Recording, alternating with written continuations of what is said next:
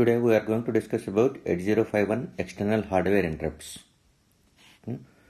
8051 has two external interrupts. That means there are two dedicated pins which can be used for generating interrupts externally. So those are the two pins. One is P3.2 and the other is P3.3. That means pins 12 and 13 are used for external hardware interrupts. And these two are part of port 3.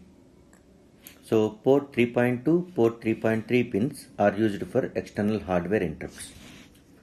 Generally, if you look at, interrupt is a sort of disturbance. Interrupt is a sort of disturbance. When it occurs, microcontroller stops its normal execution after executing the current instruction. Then it will go to a specific memory location. There the program written is executed, and after the execution of that program, again it comes back to the microcontroller main program by using RETI instruction written from interrupt.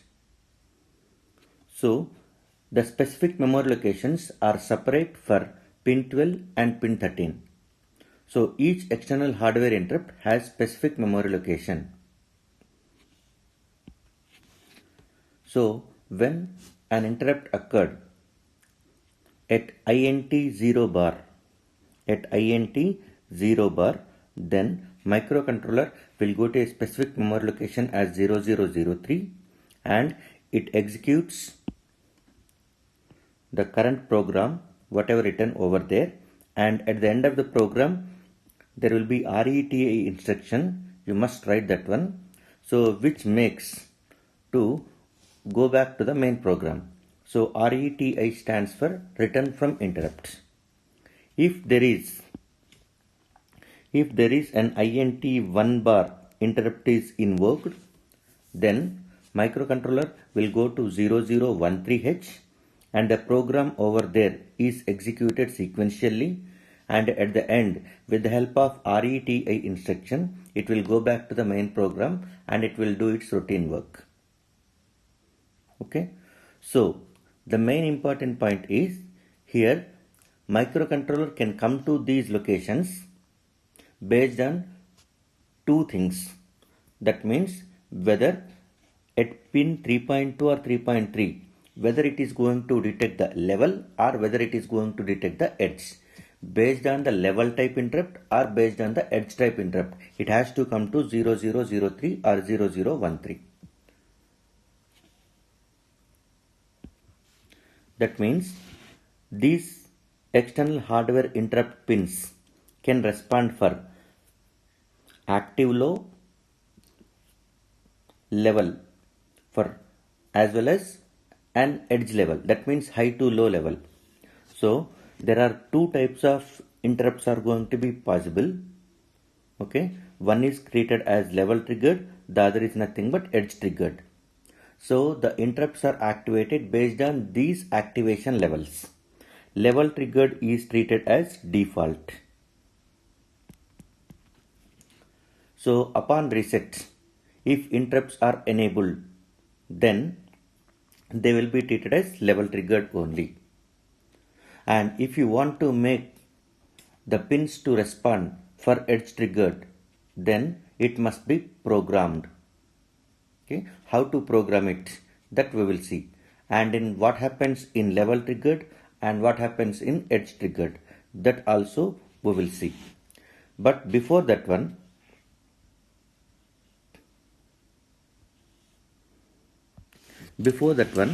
you must know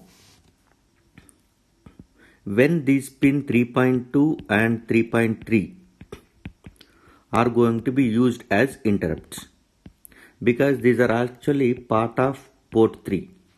Okay, they will be generally used for communicating with outside world.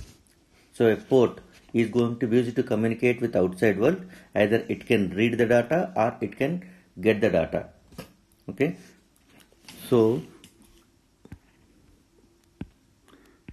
they will act as normal IO pins. Normal IO pins if interrupts are not enabled. If interrupts are not enabled, they will be used for only normal IO purpose, input-output communication purpose. So, how do you enable them? So, to enable them for interrupts, we need to write a proper content into interrupt enable register. So the proper content can be written as, for pin 3.2 you have to write move IE comma hash 81H. If you write 81H into interrupt enable register, then the interrupt int 0 bar external hardware interrupt is enabled. If you want to enable interrupt 1, then you must write it as move IE comma hash 84H. If you want to enable both, you must write it as move IE comma hash 85H. These are all things depending on the structure of IE register. IE register is nothing but interrupt enable register. This register is used to enable the interrupts, and each bit has a specific position and specific importance. By knowing that, you can easily know what content to be loaded into IE register for enabling either one interrupt or both interrupts. So this is to enable both interrupts.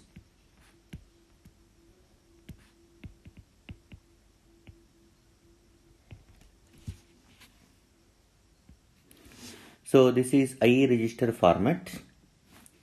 IE register is 8-bit register, and this 7th pin is treated as global enable.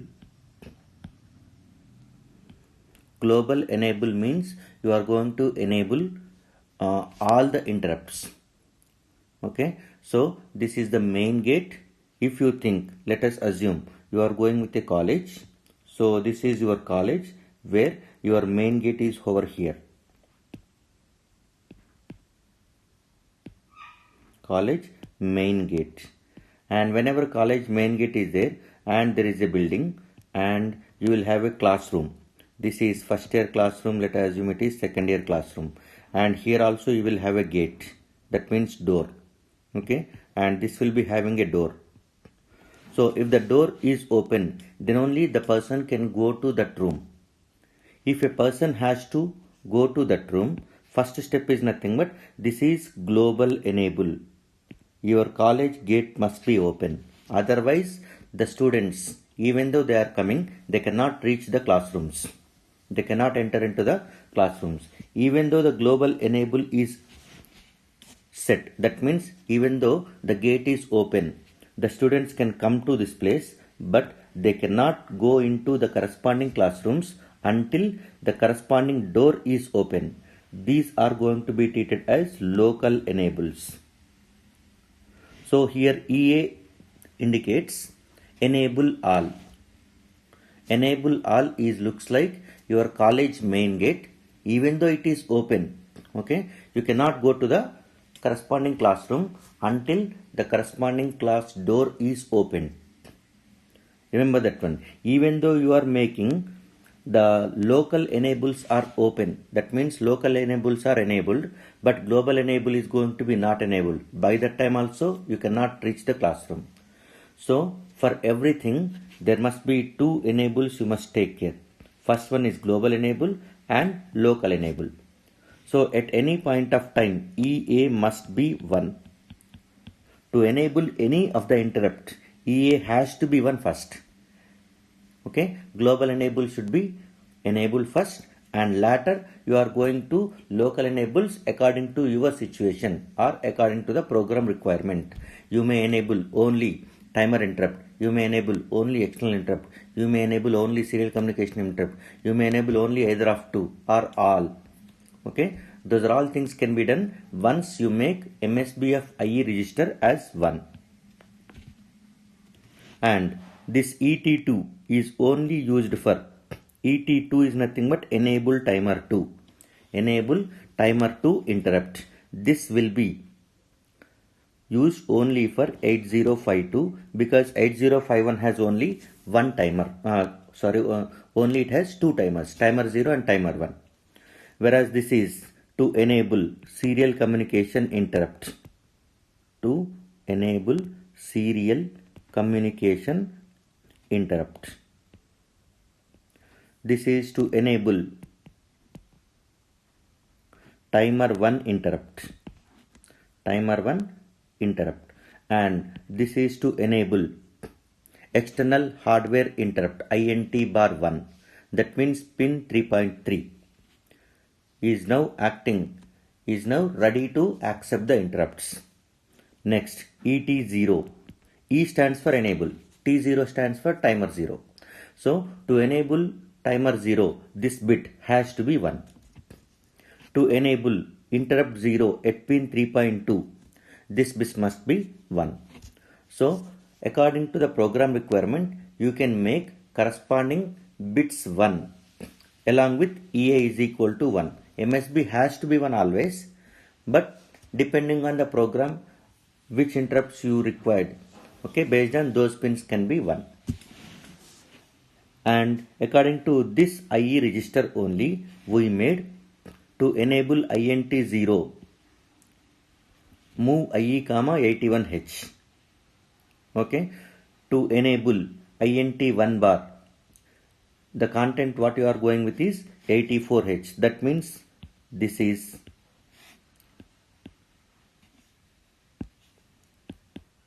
these are the contents.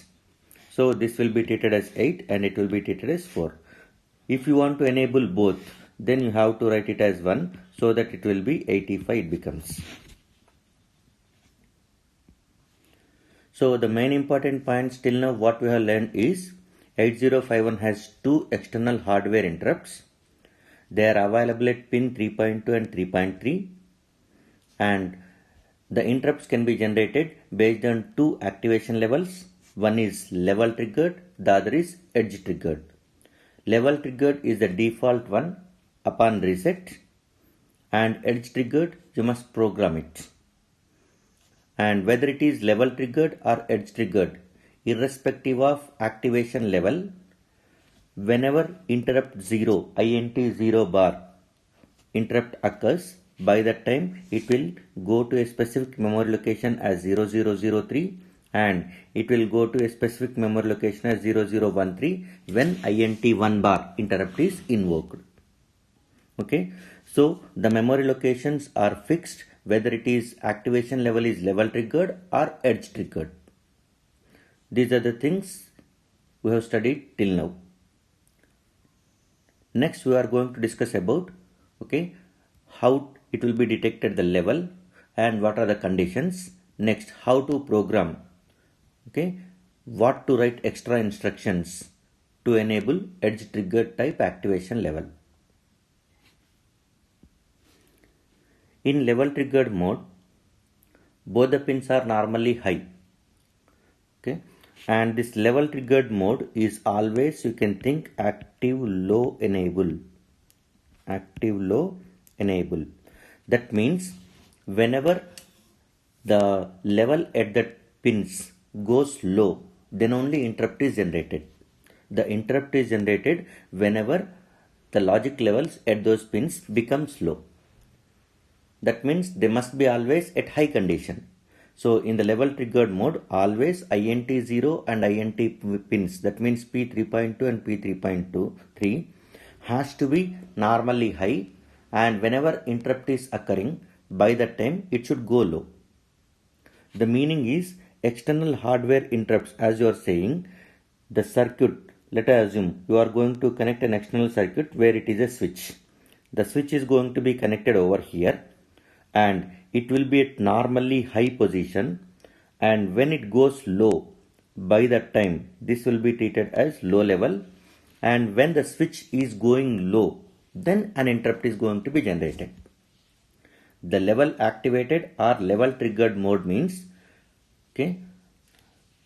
external hardware circuit. Some external circuit is connecting at these pins P3.2 and P3.3, and whenever the circuit is going low, the output of that circuit which is connected at these pins, if it goes low, then an interrupt is generated. That means under normal situation, it must be at logic 1. So this is, in this example, I am going with pin 3.2 is of interest. So I want to generate a level activated INT 0 bar interrupt. For that purpose, since it is external hardware interrupt, you must connect a circuit externally. That circuit here I am assuming it as switch, or it can be a sensor. So based on the sensor output, when the sensor output goes low, it has to execute some particular operation. That operation you have to write at 0003 location.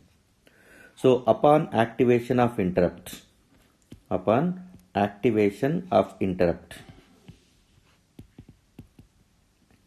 how it will be activated? Whenever the output of switch goes low, then interrupt is activated. Level triggered or level activated interrupt is enabled. Then microcontrollers comes to 0003 location, where the program has been written what to do when interrupt occurs. And after executing this program, it will encounter RETI, that means return from interrupt. So whenever it is executing, you must make sure that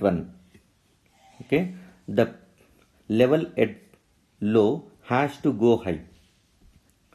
Before RETI instruction, before the execution of last instruction of this ISR, you must make sure that the pin activation level previously at low, it has to go high. Otherwise, another interrupt is going to be generated. So look at this one. If you are going with your pin, that means switch output is going to be at logic 1, and assume that when at t is equal to 10 milliseconds, it went into low, and to execute this entire program it requires only 8 milliseconds. So before that 8 milliseconds, if you are not able to make logic high, then second interrupt is going to be generated. Again it will go back to this place and it starts executing over here, and it will come to RETI. By that time also, if you are unable to make logic 1, that means if you forgot to do that one, then another interrupt is generated, and again it is going to execute the same thing. Even if you are unable to do, again the interrupt is going to be generated. It is going to repeat the same process. That means when you are dealing with active low level, that means level triggered or level activated interrupts, you must ensure that once the ISR started at 0003, then you must make sure that pin 3.2 or pin 3.3 has to go to high level before executing RETI instruction. Otherwise, it assumes that the low level is corresponding to another interrupt, so it will repeat the same program again and again until the low level goes high. That's why there is a restriction that the low level should be around 4 machine cycles, not more than that one. It must be sufficient that the low level should be around 4 machine cycles. So the important point what you should remember for low level activated interrupt means the pin must be at the low level to activate the interrupt, and it must be low level until the start of program at specific memory location. The microcontroller is going to specific memory location, it's going to execute that program. So until the start of that program, the pin must be at low level. That is the minimum amount of time you must make low. And after that, okay, it has to bring back to high before the execution of RETI.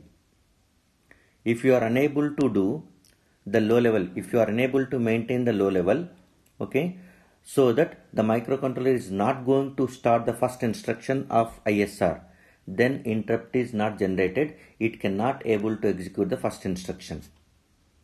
That means it will just go and it will come back.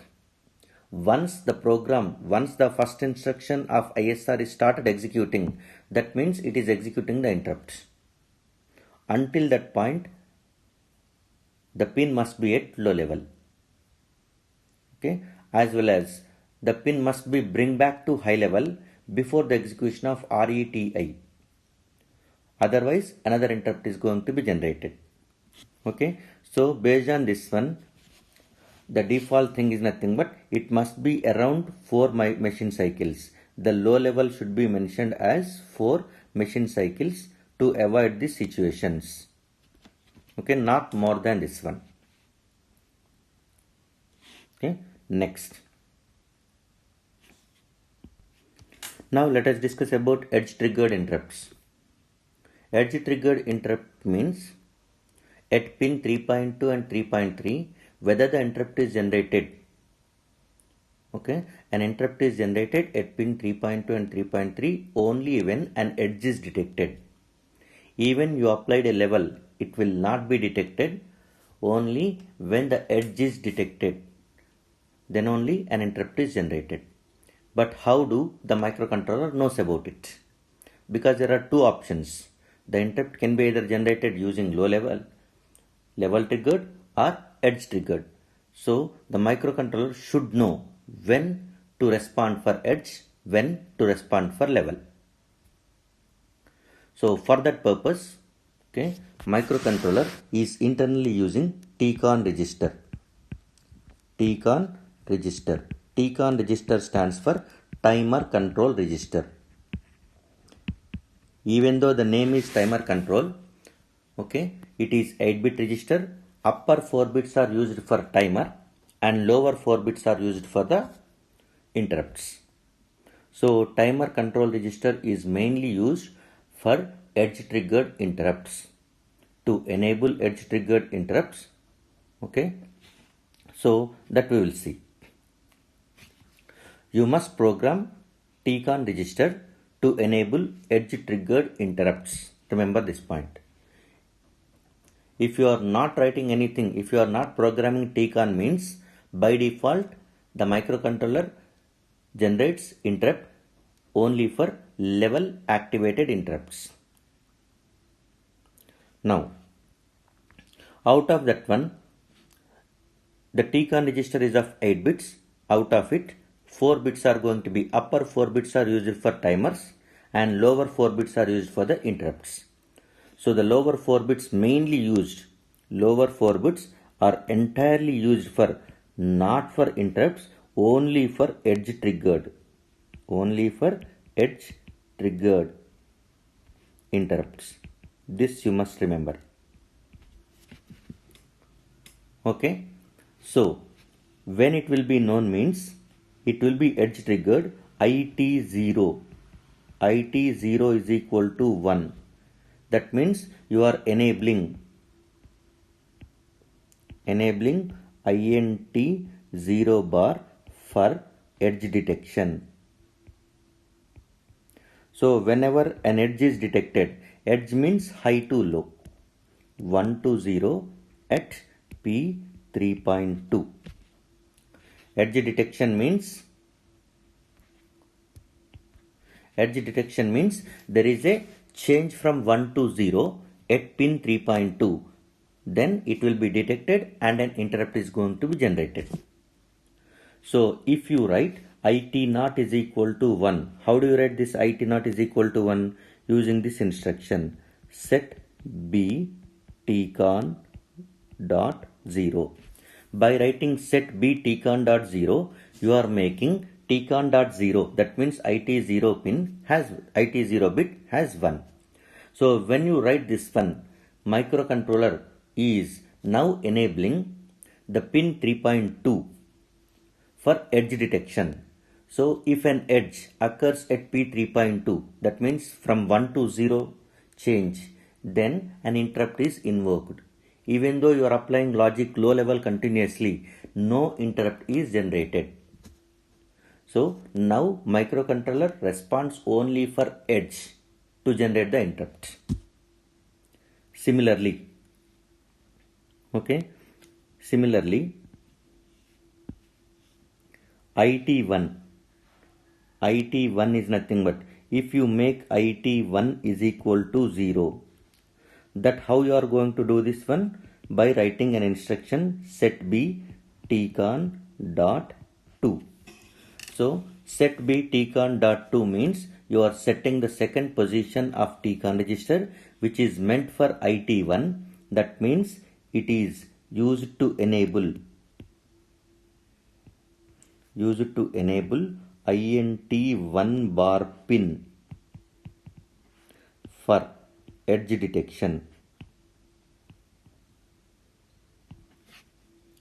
So now microcontroller will check for P3.3 pin.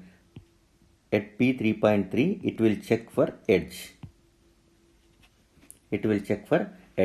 Pin 3.2 is nothing but INT0 bar. Pin 3.3 means INT1 bar. Then what is the importance of this IE0 and IE1? Okay, IT0, IT1 are only used to enable edge triggered or level triggered. If you are not programming it, means it will be always by default level triggered. Whenever you are setting these pins, then microcontroller is enabling edge triggered interrupts. Whenever an edge is going to be occurred, edge is always a short duration. Which is nothing but 0 to 1. Very short duration. So to remember this one, microcontroller internally is using IE0 and IE1. IE0 and IE1 are only used by microcontroller, that too internally. User doesn't have any command over them. Okay, no need to do by us. Okay, it itself is going to be taking care by the CPU. So how it is going to be? This is simply interrupt enable 0, interrupt enable 1, IE. Okay, IE means interrupt edge. IE stands for interrupt edge. So if I am going with IE0 will be 1 when an edge detected at P3.2. That means whenever at INT0 bar pin, if an edge is detected, then IE bar will go to 1 automatically, and the microcontroller is going to specific location 0003H and it starts executing. And before the RETI instruction, okay, it makes IE is equal to 0. Just before RETI execution, it makes IE0 is equal to 0, so that another edge, if occurs after the execution, then it can also able to generate the interrupt. This everything is done by the CPU itself. So what is doing is nothing but everything is internally by CPU itself. So no need to do by us. We don't need to program anything for IE0 and IE1. IE0 is used for the INT0, IE1 is used for INT1. So to enable edge detection, IT0 and IT1 are used. Okay, and once they are enabled, microcontroller can generate an interrupt whenever an edge is detected at the particular pins P3.2 and P3.3. So once an edge is detected, that will be captured Once an edge is detected, that will be captured and it will be placed in IE0 or IE1 based on P3.2 or P3.3, and that will be at 1. That will be at 1 until the execution of entire program at that particular memory location. Okay, when it reaches RETI, which is the last instruction of every ISR, interrupt subroutine, service routine. Okay, at that time it itself is going to be, the CPU or the microcontroller, it itself is going to be making logic high at IE0 and IE1. So what actually the meaning is, whenever it is at 1, microcontroller is performing some interrupt operation and it doesn't allow any other interrupts even though they generated. Microcontroller doesn't accept any interrupt. And after the execution, when it comes to RETI instruction, then they themselves, the microcontroller themselves, it is going to make IE0 and IE1 logic high so that it can respond for another interrupts. Okay. The other 4 bits of TCON register are related to timers. They mainly used to start and stop the timer. They mainly used for start and stop the timers. So this is T0, timer 0, to start and stop the timer 0, and to start and stop the timer 1. And the other pins TF0 and TF1. That means timer flags. Timer flags are automatically raised when a rollover occurs in particular modes. We are not interested much in timers now. We are only interested in interrupts. The only rule used for edge detection means, okay, before the edge, the external circuit must be high for one machine cycle, and after the edge, the external circuit should be minimum of one machine cycle low. This is the only rule. You are generating these interrupts with the help of external circuits. The output of those external circuits, or the output is connected to the P3.2 or 3.3 pins. Okay, at those pins, the level, high level should be of minimum one machine cycle, and then it should go to low, and that low should be mentioned for minimum of one machine cycle. Then only the edge is detected. Edge is validated. If it mentions it maintains minimum of one machine cycle high and followed by one machine cycle low. Okay. So now I am going to conclude interrupts theoretically. In the next video, we will discuss about how to write the programming for interrupts. So 8051 has two external interrupts, which are called as INT0 bar and INT1 bar, and they are available at P3.1 and P3.2. The meaning of external interrupt means, okay, you are going to connect an external circuitry at those pins, and that circuitry is going to give outputs which are going to be acting as inputs for these pins whenever the activation level is low, or whenever an activation level is an edge. Then microcontroller is disturbed by an interrupt. So an interrupt is invoked whenever there is an active low level or whenever there is an active edge. But before that one, INT0 bar, INT1 bar, if they have to be used for interrupts, you must write one instruction which is called as move IE comma hash 81H, or move IE comma hash 84H. To enable particularly only INT0 bar pin, you must write this program in your main. In your main program, if you want to enable INT1 bar interrupt, external hardware interrupt, then you must write move IE comma hash 84H. If you want to enable both, you want to write it as move IE comma hash 85H. So these are compulsory instructions. It must be in your main program to enable external hardware interrupts, either one or both.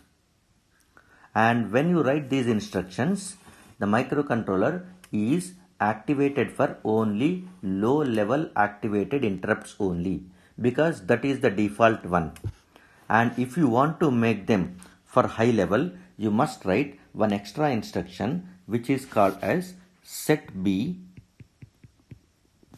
tcon dot 0, so that now INT 0 bar pin, okay, is also used now for edge detection, not for level detection.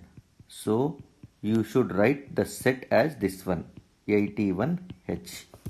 So these two instructions you must write for edge triggered, and for level triggered only one instruction is sufficient. Move IE comma hash 1H. Okay, and if you want to go for this one, this is set B tcon dot 2, and next you have to write move IE comma hash 84H. If you want to enable both, then you have to write move IE comma hash 85H and set B tcon dot 0 and set B tcon dot 2.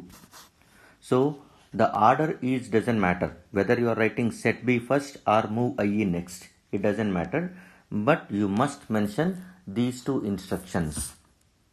You must mention these two instructions one after the other. The sequence is not important.